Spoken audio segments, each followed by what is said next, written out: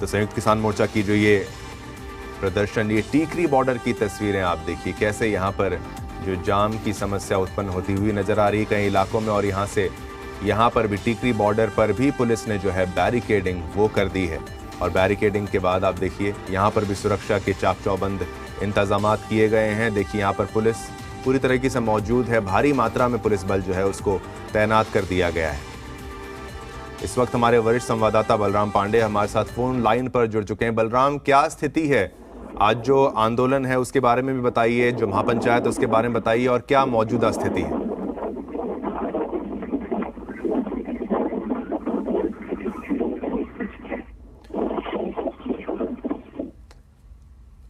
तो नेटवर्क में थोड़ी खराबी के चलते बलराम से हमारी बात इस वक्त नहीं हो पा रही है।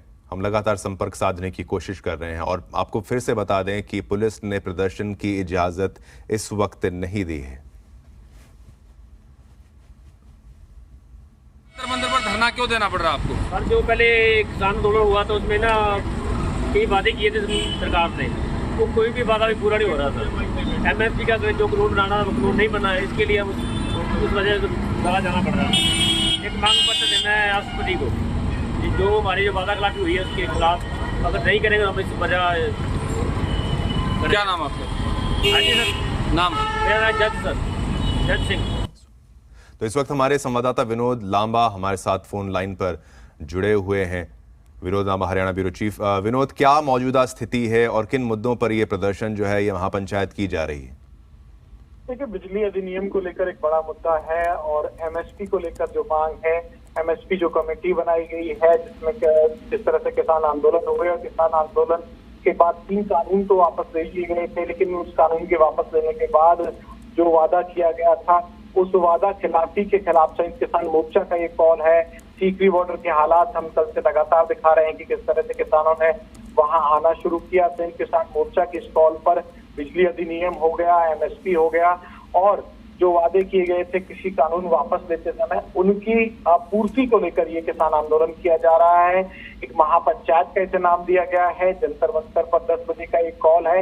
इसके लिए तमाम जो आसपास के राज्य हैं, दिल्ली से बाहर के भी, चाहे वो पंजाब हो, हरियाणा हो, वहां से काफी ज्यादा संख्या में किसानों के आने की उम्मीद है। लेकिन जिस तरह से दिल्ली पुलिस के इंतजाम हो या बाकी राज्यों के पुलिस के इंतजाम हो, ये देखना होगा कि इस महापंचायत में आखिरकार कितने किसान संगठन से जुड़े लोग या बाकी जो किसान हैं वो पहुंचते हैं। महापंचायत है, जंतर मंतर पर ये महापंचायत होगी।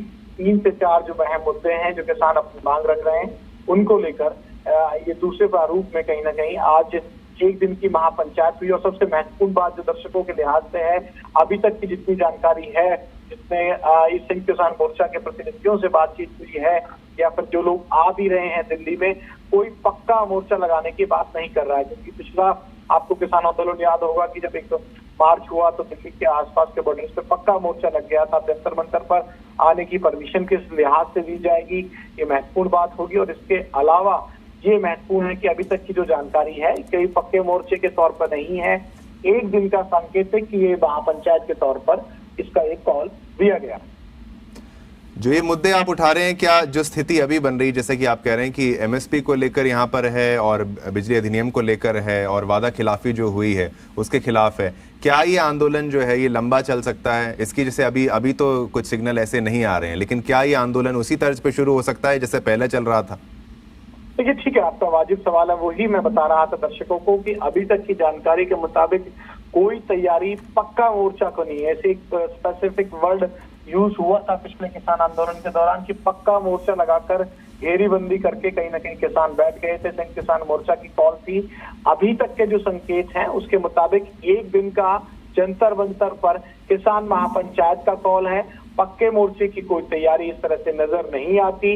अब कितनी संख्या में जंतर मंतर पहुंचा जाएगा, कहां से किसान आते हैं, हरियाणा से आते हैं, पंजाब से आते हैं, राजस्थान से आते हैं, आसपास के में कितनी संख्या में पुलिस अलाउ करेगी और किस तरह से जो आगे की कार्रवाई होगी, क्योंकि महापंचायत में फैसला होना है।